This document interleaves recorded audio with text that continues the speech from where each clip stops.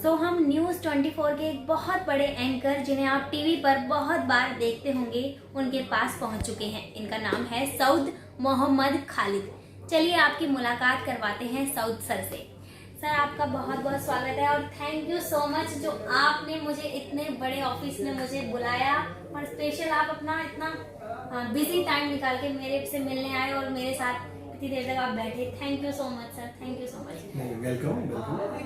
Sir आज हम आपसे मिलने आए हैं तो आप पहले तो अपनी थोड़ी सी जर्नी शेयर कीजिए कि आप इतने बड़े चैनल तक कैसे पहुंचे।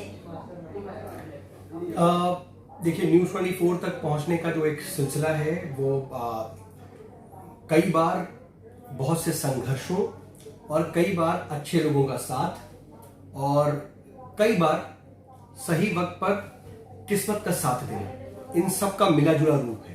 ये हर किसी को अपने हिस्से का संघर्ष करना पड़ता है। शुरुआत संघर्ष से ही शुरू हुई और इंटर्नशिप, जैसा आपने मुझे अभी बताया कि आप इंटर्न कर रही हैं, जो कैमरा कर रहे हैं आपके दोस्त वो भी इंटर्न करते हैं, तो आप लोग के जैसे ही मैं एक इंटर्न था इस मीडिया इंडस्ट्री में आया और इत्तेफाक से मेरी IBN 7 उस वक्त था जो न्यूज़ 18 इंडिया है उससे इंटर्नशिप शुरू हुई।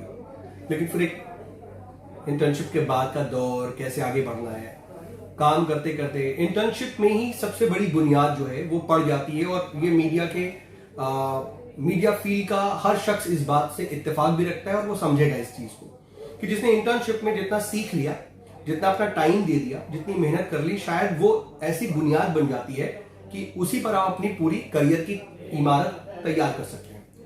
मुझे मालूम तो नहीं था लेकिन एक लगन बहुत थी।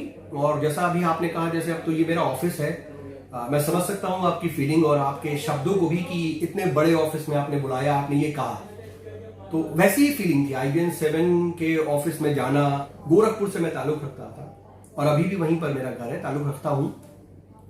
वहां से दिल्ली आकर के जब IBN 7 के ऑफिस में आता था तो मेरी भी यही फीलिंग थी कि इतना बड़ा ऑफिस, इतना बड़ा मौका, कैमरे, न्यूज रूम, स्टूडियो। जब वो मौका मिला तो पता नहीं कैसे उसी वक्त एक ऐसी फीलिंग आई कि यही शायद आपके लाइफ का मौका है, यही वो वक्त है जिसका शायद मैं इंतजार कर रहा था। तो अमूमन क्या होता है कि 1 महीने की इंटर्नशिप होती है, आप कीजिए, आपको सर्टिफिकेट मिलेगा और आप चले जाइए। लेकिन मेरा थोड़ा सा वे ऑफ वर्किंग बहुत अलग हो गया उस वक्त। इतना ज्यादा मैं उसमें इन्वॉल्व होने लगा कि मैं समय की बंदिश से बाहर चला गया। सुबह 7 बजे मैं आ जाता था, जिनको मुझे रिपोर्ट करनी होती थी मैं उनके अलग स्पोर्ट्स की डेस्क थी, मैच चल रहा होता तो मैं स्पोर्ट्स की टीम के साथ घुस जाता था। 10 बजे मैं अपनी 10 बजे से लेकर 7 बजे तक अपनी टीम के साथ रहता था। कोई लंच ब्रेक, बाई चांस जो लंच ब्रेक होगा, लेकिन कोई कॉफी ब्रेक, ये ब्रेक, या मैं उधर चला गया ऑफिस के बाहर खड़ा हूं या कहीं कोने पे खड़ा हूं, नहीं, वहीं पे था। मैं उस वक्त हिंदी टाइपिंग भी नहीं जानता था। वहीं समझ में आया कि आपको हिंदी टाइपिंग आनी चाहिए, तो मैंने फिर उसको सीखना शुरू किया। उसी का नतीजा था कि सैटरडे संडे आप छुट्टी ले सकते थे। सैटरडे संडे मैंने छुट्टी नहीं ली उस वक्त। आज मेरे साथ में न्यूज़ 24 में हम मेरे ब्रांड फेस हैं, न्यूज़ 24 के वरिष्ठ सहयोगी हैं संदीप चौधरी सर। संदीप चौधरी सर उस वक्त IBN 7 में थे और बहुत से प्रोग्राम्स करते थे। उनका मुद्दा एक प्रोग्राम था। मैं इंटर्नशिप के दौरान ना सैटरडे छुट्टी लेता था, ना संडे छुट्टी लेता था और उनके प्रोग्राम्स में भी मैं कोऑर्डिनेट करता था। तो वहीं से बुनियाद हुई और उसी का नतीजा है कि मेरी 1 महीने की इंटर्नशिप बिना किसी पहचान के 3 महीने तक एक्सटेंड हुई। और यहां तक था कि कुछ पैसे भी आपको पेड इंटर्न कर लिया जाएगा। लेकिन वो दौर था आर्थिक मंदी का, बहुत इकोनॉमिकल क्राइसिस थी। तो ये मुझे कह दिया गया कि कई लोगों की जॉब जा रही थी मीडिया इंडस्ट्री में, एक साथ 200 लोगों को निकाला जा रहा था कई जगहों से, ऐसी भी थी। तो मेरी किस्मत वहां थोड़ी सी, पता नहीं अब उसने साथ दिया या नहीं दिया, उस वक्त ये कह दिया कि आपको पेड इंटर्न होने के लिए 6 महीना और लगेगा। फिर मेरा सब्र साथ नहीं दे रहा था। असल में सब्र से ज्यादा यह था कि मेरी आर्थिक स्थिति उस वक्त साथ नहीं दे रही थी कि मैं और 3 महीने या 6 महीने फ्री में IBN 7 में इंटर्नशिप, वो मौका नहीं छोड़ना चाहता था, लेकिन वो आर्थिक स्थिति साथ नहीं दी थी। फिर मैंने हाथ पैर मारे। उसके बाद फिर मैंने कोशिश की, हालांकि मैं जिस चैनल में गया उन्होंने मुझे बोला कि 1 महीने बाद आपको पैसे देंगे। वो कई महीने लग गए, लेकिन वहीं से सफर शुरू हुआ। फिर मैं IBN 7 से चैनल बनाया, एक साल मैंने वहां काम किया। फिर उसके बाद बीच में कई तरह के उतार चढ़ाव, बहुत तरह के उतार चढ़ाव देखे मैंने इस जिंदगी में। बहुत से दोस्त थे जिन्होंने मदद की, अच्छे लोग मेरे साथ थे, उन्होंने बहुत मदद की। और उसके बाद फिर रास्ते बनते गए। फिर मैं आजाद न्यूज में गया, आजाद न्यूज में काम कर रहा था, वहीं पर मैं कैमरे पर सबसे पहले सामने आया। रिपोर्टिंग वहां से शुरू की इंटरटेनमेंट बीट से, लेकिन शायद शब्दों का उच्चारण अच्छा था, साफ शब्द बोलता था, क्योंकि मुझे लगता था कि मैं बहुत ज्यादा उस वक्त ऐसा गुड लुकिंग नहीं, धूप में दिन भर रहते थे, एकदम टैनिंग से काला हो चुका था चेहरा, तो मुझे कौन देता कि नहीं लो आप एंकरिंग करो। लेकिन शायद मेरी या तो रिपोर्टिंग इंटरटेनमेंट की ठीक लगी हो या जो भी, मुझे वहीं पर आजाद न्यूज में मौका मिला एंकरिंग का। फिर वहां से फिर आगे का सफर हुआ, फिर टोटल न्यूज गया, फिर इंडिया न्यूज गया, फिर जी का उर्दू नेशनल न्यूज चैनल है जी सलाम, और उसके बाद ऐसे ही किसी ना किसी का साथ मिलता चला गया, और मैं आज तकरीबन 2.5 साल से ऊपर हो गया है न्यूज 24 में। सर कहते हैं जैसे ये पत्रकारिता जो प्लेटफॉर्म होता है, पत्रकारिता का जो कोर्स होता है, जब आप 12th पास आउट करते हैं तो बहुत सारे जो पेरेंट्स होते हैं वो बोलते हैं कि आप डॉक्टर बनिए, इंजीनियर बनिए, टीचर बनिए, या इस तरह के कुछ वो बोलते हैं। लेकिन पत्रकारिता जो होता है वो इन सबसे एक अलग कोर्स होता है, जो कि उस मतलब पत्रकारिता के बारे में आपने कैसे सोचा कि आपको एक पत्रकार बनना है? देखिए, मैं तो ये चीज एक डेस्टिनी वाली है। 12th के बाद मैंने नहीं सोचा था पत्रकारिता करूंगा मैं, पहली बात तो ये। दूसरी बात ये है इसमें सबसे अहम कि मैं आज भी किसी को ये सलाह नहीं देता हूं कि आप 12th कीजिए और बीजेएमसी कर लीजिए या पत्रकारिता का कोर्स कर लीजिए। लेकिन जब आप चैनल में काम करते हैं तो आपको व्यवहारिक चीजों से ज्यादा, इनसे ज्यादा व्यवहारिक चीजों से दो चार होना पड़ता है कि इंडियन हिस्ट्री में क्या हुआ, साल 1992 में क्या हुआ था, जब आजादी के वक्त क्या हुआ था, प्री आजादी क्या चलता था।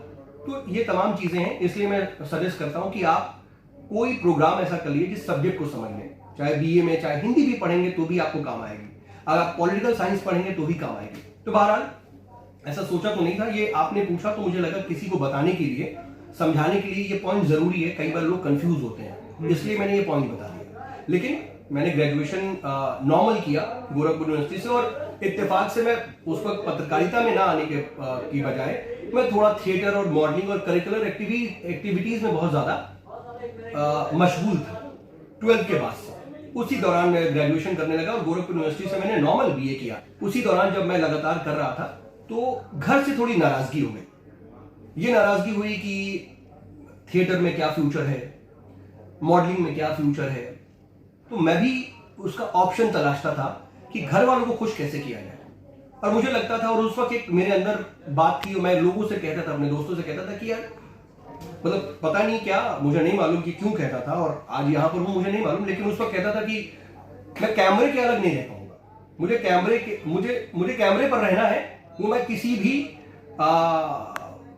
किरदार में रह सकता हूं, लेकिन कैमरे पर रहना है। तो उसी वक्त ग्रेजुएशन के दौरान जब कंप्लीट हो रहा था ग्रेजुएशन, तो ये था कि पीजी कर लो एंड ऑल। उस पर किसी ने बताया कि आप इतने करिकुलर एक्टिविटीज में रहते हैं, क्यों नहीं मास कम्युनिकेशन कर लेते हैं। इस पर मंथन चल ही रहा था कि गोरखपुर में एक सत्या टीवी एक चैनल है, लोकल गोरखपुर का केबल चैनल था, वहां से मुझे एक बार इत्तेफाक से ऑफर आ गया। एक प्रोग्राम था उसको करने का, स्मार्ट शॉपर करके, और वहां उसकी एंकरिंग करनी थी मुझे। एकदम डायरेक्ट मुझे मिल गया कि हाँ आपको इसको एंकरिंग करनी, और उसमें पेड प्रोग्राम थे, आपको जाना किसी शोरूम में, आपको सामान दिखाने थे, और मैं वही करता था।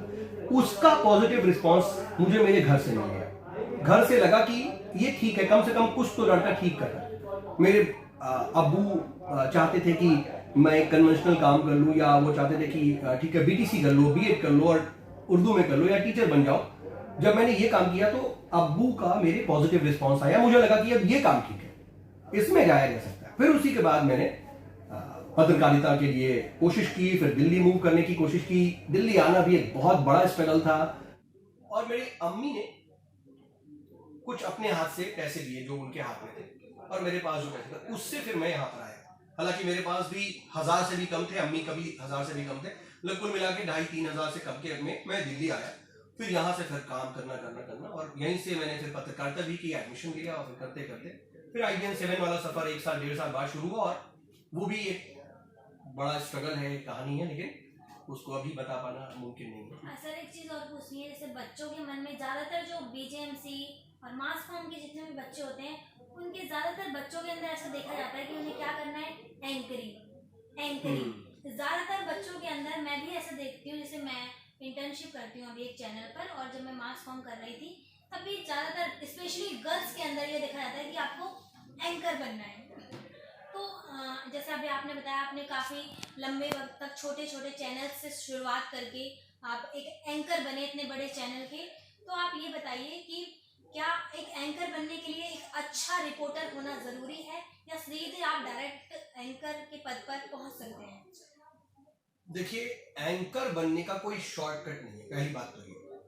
और एंकर को रिपोर्टर से सीधे एसोसिएट कर दिया जाए, ये भी शायद कुछ हद तक ठीक नहीं होगा।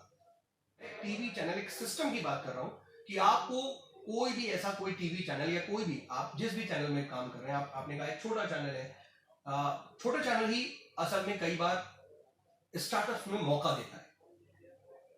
वहीं से आप सीखते हैं, वहीं से ग्रूम करते हैं, तो वो बहुत इंपॉर्टेंट रोल प्ले करता है पूरी मीडिया इंडस्ट्री के लिए, क्योंकि वहीं से पनपते हैं बीज।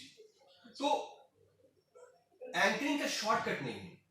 किसी सिस्टम में एंकर बनने के लिए आपको एक न्यूज चैनल की फंक्शनिंग तो आनी चाहिए, और बेसिक कम से कम 2 चीज और 3 चीज आपको आनी चाहिए।